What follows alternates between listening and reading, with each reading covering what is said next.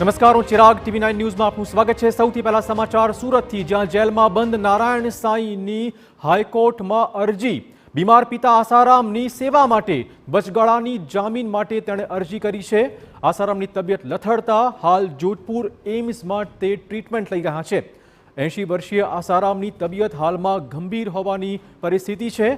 નારાયણ સાંઈ એકમાત્ર પુત્ર હોવાના આધારે માંગ્યા છે 20 દિવસના વચગાળાના જામીન। નારાયણ સાંઈની અરજી પર 29મી જાન્યુઆરીએ હાઈકોર્ટમાં સુનાવણી હાથ ધરાશે। વધુ વાત કરવા જોડાશે અમારા સંવાદદાતા રોનક। શું વધુ અપડેટ? બિલકુલ થી જે પ્રમાણે થોડી વાર પહેલા જે સમાચાર પ્રાપ્ત થઈ રહ્યા છે તે મુજબ જે જોધપુર જેલમાં બંધ આસારામ છે તેમની તબિયત બગડી છે અને તબિયત બગડતા તેમને ક્રિટિકલ હાલતમાં જોધપુર એમ્સ ખાતે દાખલ કરવામાં આવ્યા છે।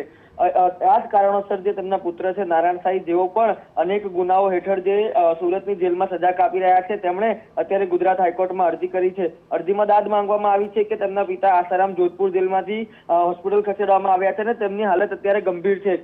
જુદા જુદા રિપોર્ટ પણ કરવામાં આવ્યા છે, પરંતુ તબિયતમાં કોઈ પણ પ્રકારનો સુધારો ન આવતા આખરે નારાયણ સાંઈ તરફથી સેવા કરવાના હેતુથી 20 દિવસ માટે જે વચગાળાના જામીન છે તે માંગવામાં આવ્યા છે। મહત્વની વાત છે કે આસારામ ઉપર પણ જે જુદા જુદા કેસ નોંધાયેલા છે અને તે જ કેસની સજા છે તેઓ જોધપુર જે જેલ છે તેમાં હાલ કાપી રહ્યા છે અને આ તમામની વચ્ચે તેમની તબિયત લથડતા જોધપુર એમ્સમાં દાખલ કરવામાં આવ્યા છે। આખરે જે કહી શકાય કે 80 વર્ષની ઉંમર છે અને તેના જ કારણે જે તબિયત છે તેમાં વધુ સુધારો ન આવતા ડોક્ટર દ્વારા જે સલાહ સૂચન આપવામાં આવ્યા છે અને તે જ સલાહ સૂચનના આધારે આખરે હવે નારાયણ સાંઈએ 20 દિવસના જામીન માંગ્યા છે। વચગાળાના જામીનમાં તેમના તરફથી જે પિતા છે અને એકમાત્ર પુત્ર હોવાના કારણે જે સેવા કરવાનો મોકો આપવામાં આવે તે પ્રકારની પણ માંગ કરવામાં આવી છે। આ સમગ્ર મામલે સોમવારના રોજ ગુજરાત હાઈકોર્ટમાં સુનાવણી હાથ ધરાશે। ધન્યવાદ રોનક, તમામ જાણકારી બદલ। આ અરજી પર 29મી જાન્યુઆરીએ વધુ સુનાવણી હાથ ધરાશે।